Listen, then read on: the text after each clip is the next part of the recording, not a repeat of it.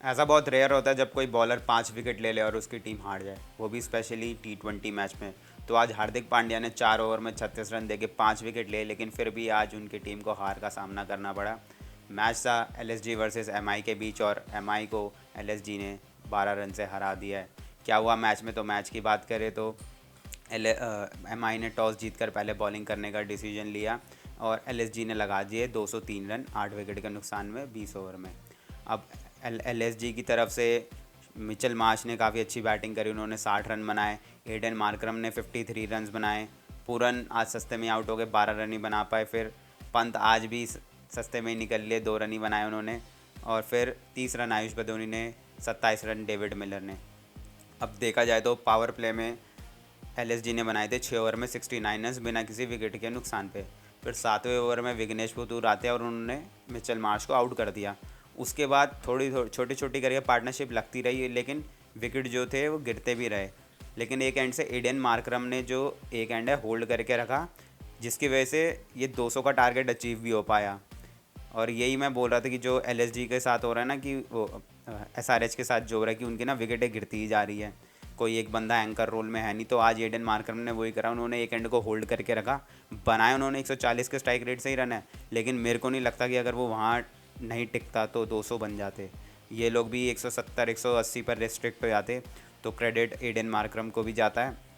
फिर बीच में जो आयुष बदोनी ने 30 रन बनाए, डेविड मिलर ने 27 रन बनाए, उस उनको भी क्रेडिट जाता है 203 के स्कोर पे। अब देखा जाए तो ये एक ब्लैक सॉइल की विकेट थी, जहाँ पर बाउंस जो है थोड़ा सा कंपैरेटिवली रेड सॉइल के मुकाबले लो रहता है। तो MI की बॉलिंग में देखने को भी मिल रहा था कि अनइवन बाउंस था थोड़ा, लेकिन उसको भी नेगोशिएट करके LSG ने अच्छी बैटिंग करी और उन्होंने बोर्ड पर रन लगा दिए। अब MI की बॉलिंग की अगर तरफ आप देखोगे तो आपको देखने को मिलेगा कि हार्दिक पांड्या इनके बेस्ट बॉलर थे। 4 ओवर 36 रन 5 विकेट। उसके बाद विघ्नेश पुतूर थे, 4 over 31 run 1 wicket. Trent Boult ने आई गेस उन्होंने भी 3 ओवर डाले, 28 रन देकर 1 विकेट लिया। दीपक चहर 2 ओवर में 23 रन महंगे रहे, विकेट कोई नहीं मिला। अश्विनी कुमार को 3 ओवर में 39 रन पड़े और उन्होंने भी 1 विकेट लिया। अब देखा जाए तो काफ़ी महंगे कुछ बॉलर जो है काफ़ी महंगे रहे और कुछ इतने भी नहीं रहे। अब जो बात थी कि MI की बैटिंग, आज MI की तरफ से रोहित शर्मा नहीं खेल रहे थे क्योंकि उनके प्रैक्टिस के ड्यूरिंग नी में चोट लग गई थी। तो आज ओपनिंग करने विल जैक्स और रायन रिकल्टन आए थे और दोनों ही काफ़ी सस्ते में आउट हो गए। अब जब दोनों ही प्लेयर काफ़ी सस्ते में आउट हो गए तो हमने नमन धीर को नंबर 3 पर खेलते हुए देखा और नमन धीर के साथ फिर स्काई भी विकेट पर काफ़ी जल्दी आ गए। तो दोनों ने एक पार्टनरशिप स्टिच करी और उन्होंने पावर प्ले में काफ़ी अच्छा स्कोर बना लिया था। आई गेस उन्होंने भी 60 और रन बनाए थे, उन्होंने बनाए 64 रन 2 विकेट के नुकसान पे। फिर नमन धीर आउट हो गए 46 रन पे। पॉजिटिव्स MI की बैटिंग में भी देखने को मिली कि जो स्काई थे वो वापस रन्स में आ चुके हैं। GT के अगेंस्ट उन्होंने 46 या 44 रन बनाए थे और आज उन्होंने 67 रन बनाए। वो बात अलग है कि वो काफ़ी क्रूशल मोमेंट पर आउट हो गए। 16th ओवर था वो आवेश खान का, जहाँ पर उनका विकेट गिरा, पहली बॉल पे गिर गया था। और फिर 3 ओवर में 40 रन चाहिए थे। तिलक वर्मा का आज वैसा कुछ दिन था ही नहीं, उनको रिटायर्ड होकर आउट होना पड़ा यहाँ पे, जिनकी जगह मिचेल सैंटनर आए और वो भी कुछ ज़्यादा कुछ कर नहीं पाए। अब देखा जाए तो MI की बैटिंग में स्काई ने 67 रन बनाए, नमन धीर ने 46, तिलक वर्मा ने 25 बनाए और हार्दिक पांड्या ने भी 28 रन बनाए। अब कमी जो रह गई, मेरे को ऐसा लगता है कि आप देखेंगे ना, अगर LSG का बॉलिंग लाइन कार्ड देखेंगे तो उसके अंदर शार्दुल ठाकुर को भी 10 की रेट से रन पड़े हैं, आकाशदीप को भी 10 की रेट से रन पड़े हैं। सबको 10 की, ऑलमोस्ट हर कोई जो है ना 10 की रेट से पिटा है, सिवाय एक को छोड़ के, होता है दिग्वेश राठी, जिसने 4 ओवर में 21 रन देकर 1 विकेट ली है। और काफ़ी सरप्राइजिंग ये है कि ये इसका पहला ही सीज़न है और वो ऐसे परफॉर्म करना, मतलब प्रेशर हैंडल करना, काफ़ी बढ़िया बात है। और ऐसे ही अगर परफॉर्म करता रहेगा तो उसके भी फ्यूचर के लिए बहुत बढ़िया है। फिर अब देखा जाए तो मैच जो है आखिर में चेंज कहाँ पर हुआ। आई थिंक जो टर्निंग पॉइंट था ना इस मैच का, वो था पहले तो 16th ओवर में सूर्य कुमार यादव का आउट होना, फर्स्ट बॉल पे आउट हो गए।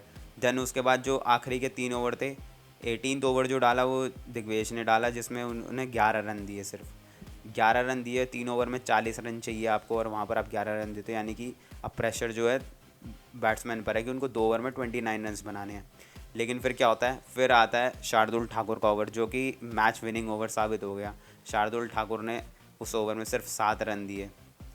उस ओवर में भी जो एक्चुअली में ना रन ज़्यादा बन सकते थे, बट जो तिलक वर्मा ने जो एक कवर ड्राइव मारी थी और शाहबाज अहमद ने डाइव मार के वो चौका रोक लिया। और मेरे को ऐसा लगता है कि वो चौका रोकना भी काफ़ी इंपॉर्टेंट था, क्योंकि अगर वो 4 निकल जाता तो तिलक वर्मा का वहाँ बैट खुल जाता और उसके बाद वो मैच ले जाता है एलएसडी के हाथ से। लेकिन वो चौका उसने अच्छी फील्डिंग करके रोका, तो कहीं ना कहीं उस बाउंड्री सेव का भी इसके अंदर इम्पोर्टेंस है मैच जिताने में। फिर उसके बाद क्या होता है कि अब तिलक वर्मा जो है रिटायर्ड आउट कर दिए जाते हैं और आखिरी ओवर में चाहिए होते 22 रन।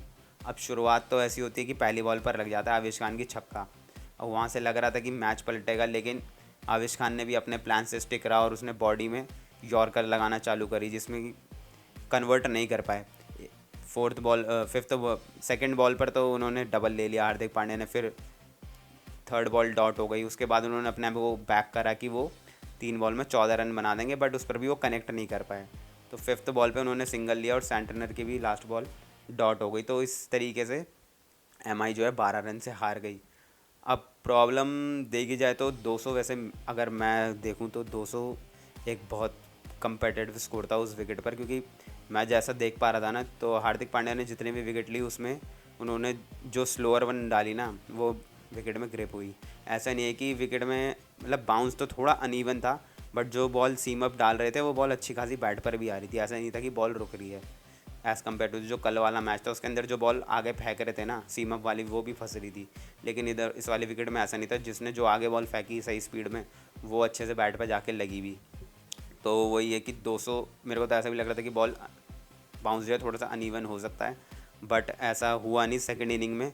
लेकिन उनका जो एग्जीक्यूशन था बॉलर्स का आखिरी के 3-4 ओवर में मैं बोलूँगा, क्योंकि देखा जाए तो वो भी ऑलमोस्ट 10 की उसी से चल रहे थे।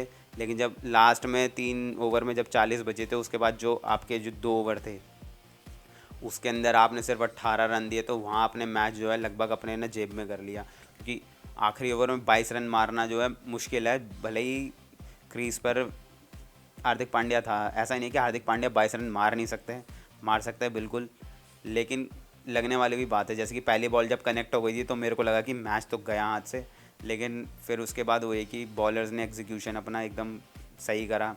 यॉर्कर पे वो अपने आप को रहे कि यॉर्कर ही डालेंगे और वहाँ से उन्होंने मैच निकाल दिया।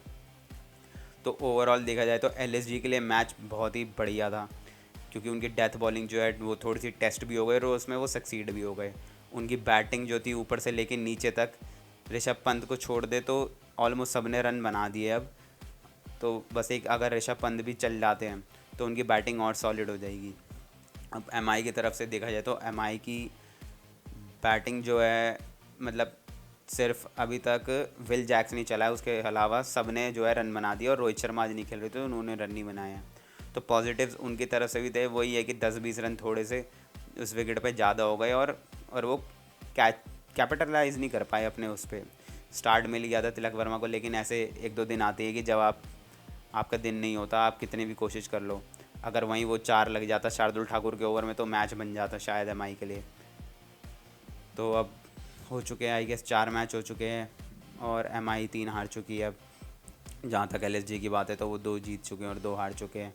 और कल सैटरडे है तो और कल डबल हेडर है, 2 मैचेस है। पहला मैच है सीएसके वर्सेस टीसी का, और दूसरा मैच मेरे को याद नहीं है तो मैं बता दूंगा बाद में। बाकी आज की वीडियो में इतना ही था, मिलते हैं अगली वीडियो के साथ, स्टे ट्यून्ड।